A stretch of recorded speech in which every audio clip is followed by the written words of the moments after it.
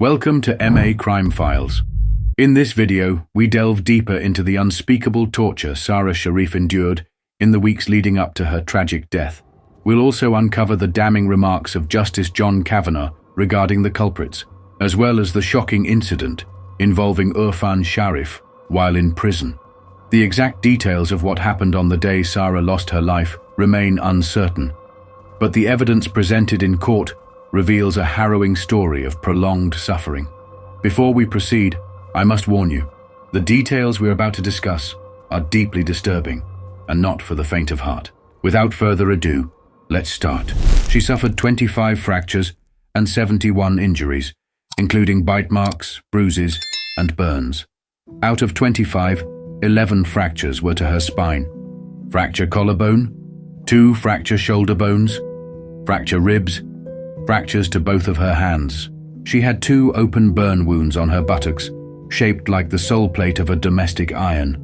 These burns were a result of her buttocks being forcibly pressed against the iron for several agonizing seconds. The iron was later found in Urfan's house, its shape a grim match to the wounds. She had 6 bite marks on her that did not match Urfan or his brother, and her stepmother Binish refused to provide her dental impression. So you can draw your own conclusion. There was a gaping puncture wound on her head. The brutality didn't stop there. Investigators found Sara's blood on the kitchen floor and a vacuum cleaner, a cricket bat, and on a rolling pin, both stained with her blood, were discovered in the house. Additionally, pieces of plastic bags attached to tape were uncovered which had been used to create homemade hood. These hoods, stained with Sara's blood and saliva, bore her fingerprints, indicating plastic hood had been forcibly placed over her face and taped in place. The shed revealed even more horrors. Police found a rope with Sara's hair ripped from her head still attached. Rolls of tape were found, and evidence linked Binish to an order of 12 rolls of tape from Amazon. Signs of her being bound were clear, with injuries suggesting she was often restrained and left to soil herself. The burns on her buttocks caused by the iron were determined to be approximately 2 weeks old. Burns on her feet were found to have worsened due to infections from her being restrained and soiling herself without medical attention. It was concluded that Sara had been in constant excruciating pain for days leading up to her death. The court also heard that Sara had been starved, given only minimal food over an extended period. Despite this extensive documentation, there remained 25 injuries on her body that could not be conclusively explained, further emphasizing the relentless brutality she endured. The evidence painted a picture of a little girl subjected to unimaginable torment and suffering, starved of love and care, and ultimately betrayed by the very people meant to protect her.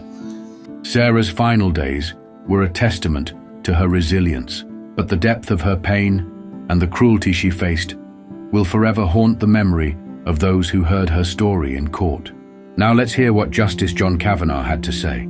Sara was 10 years old when she was murdered. Sara's death was the culmination of years of neglect, frequent assaults, and what can only be described as the torture of this small child.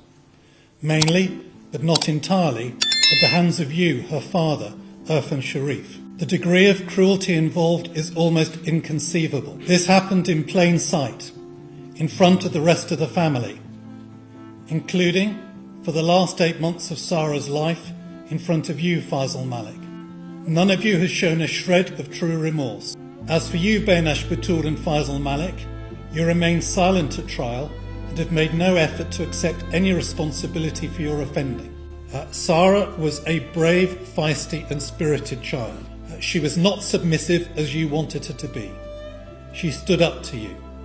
You considered that her behaviour entitled you to chastise her physically, and I have no doubt that your ego and sense of self-importance were boosted by the power that you wielded over her and the rest of the family. Sara was only 10 years old when she died, and was 6 or 7 when your campaign of violence began. In the last few weeks, Sara was tied up, was even hooded, by a grotesque combination of parcel tape, rope and a plastic bag. She was not even allowed to go to the toilet, but was put in pull-up nappies and was left to wallow in her own urine and feces. It took jury 9 hours and 46 minutes over 2 days before reaching their verdicts. Urfan Sharif, father, found guilty of murder and sentenced to life imprisonment with a minimum term of 40 years. Baynash Batul, stepmother, also found guilty of murder and received a life sentence with a minimum term of 33 years. Faisal Malik, uncle, convicted of causing or allowing the death of a child and sentenced to 16 years in prison. On January 1st, 2025, Steve Sansom, who is serving a life sentence for murder, attacked Urfan Sharif by slashing his neck with the jagged lid of a fish can. While Urfan's injuries were not life-threatening, and he was treated in the infirmary, the attack left him shaken. Now, he lives in constant fear, terrified of more assaults. It's said that he is always on edge, nervously looking over his shoulder, and that's how he will spend the rest of his life, in perpetual fear. That's it for today, folks. Remember, if you ever suspect that a child might be in danger, don't hesitate to alert the authorities. And don't forget to subscribe to our channel for more stories. Take care of yourself and your loved ones.